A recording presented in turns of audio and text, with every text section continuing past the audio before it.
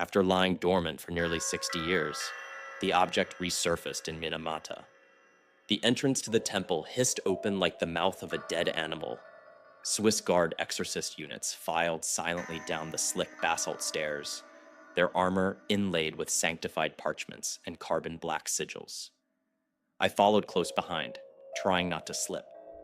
I was told to only observe, try not to get in the way. The old guy from the armory gave me a rifle and said, Bullets aren't a viable vector of attack against the main objective, but cultist activity is expected. At the rear of the task force, right behind me, walked this thing they called San Hieronymus, an artificial stigmata in humanoid frame.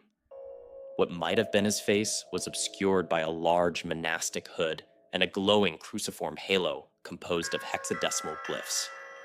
Where he stepped, the stone floor bloomed with tiny salt flowers.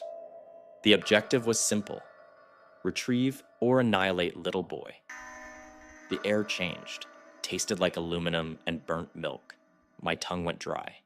Chanting echoed through the corridor walls, low, persistent, but the squad pressed on, as if this was all routine. I tried to match their pace.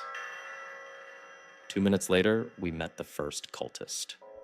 Young, emaciated, dressed in temple robes soaked black. He staggered toward the lead guard, smiling. あなたを許しま He す。 whispered in Japanese, I forgive you. Then he lunged. The bayonet slid into his chest, but he kept coming, mouth still moving, repeating the phrase. The exorcist fired once, and the cultist's frail body tore open. His shadow on the far wall rattled for several seconds, quivering like it was trying to escape. Reality bent sideways, a soft plap like wet paper. The passage reshaped, stairs melting into the ceiling, torchlights elongating into lidless eyes. Possession isn't individual. San Hieronymus said, his voice like a Gregorian chant fed through broken speakers.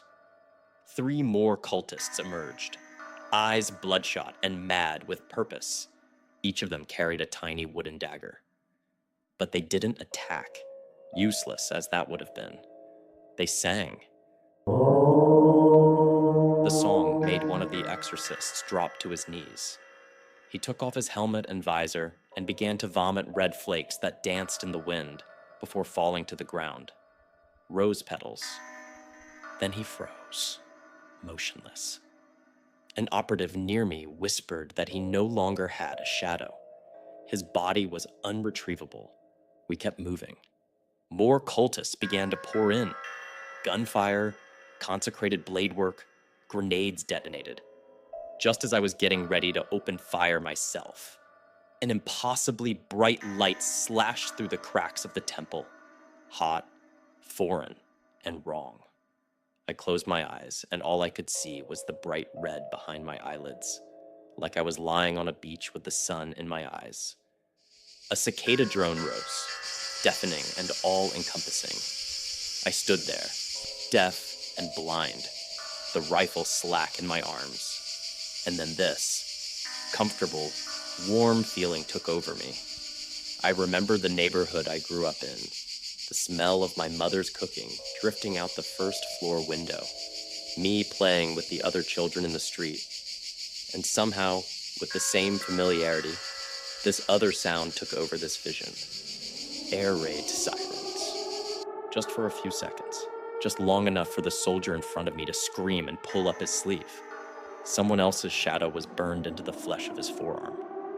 Then, silence. The cyber saint extended his arm above my head, and the corridor stabilized. At the end of the hall stood the object. Little Boy. A child's wooden toy horse, hand-carved, spinning faster and faster, about 1 meter above the ground. Inside its orbit shimmered the silhouettes of Hiroshima, burned shadow remains of children on school walls, echoes frozen in impossible heat. This is no relic. The chief exorcist said. This is the child's name, repeated in terror until it became real. The object pulsated. The cultists' bodies began to tear apart. to unravel. They collapsed into phonetic hiragana, lines of script smeared across the basalt like molten calligraphy. San Hieronymus stepped forward in front of us and reached out. Just before his hand touched the object, he whispered softly, Abba, why have you forsaken It shook its me? head. His halo glitched back into existence. His boots dug firmly into the wooden floor, and then contact. The crypt ruptured. One last fold of space. I don't know how to explain what we saw next. We found ourselves witnessing two realities at once. One where the US never ended the war using a toy possessed by a demon summoned by a grieving mother, and one where it happened a second time. Only the AI could phase both timelines simultaneously.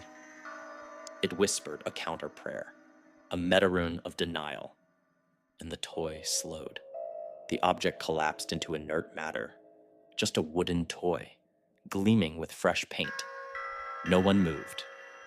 The surviving exorcist stood frozen. I think I did too, not in fear, but in recognition. Because all of us remembered the exact moment we were told, for the first time, that we were going to die. Most people forget that until a certain age, children just assume they are immortal.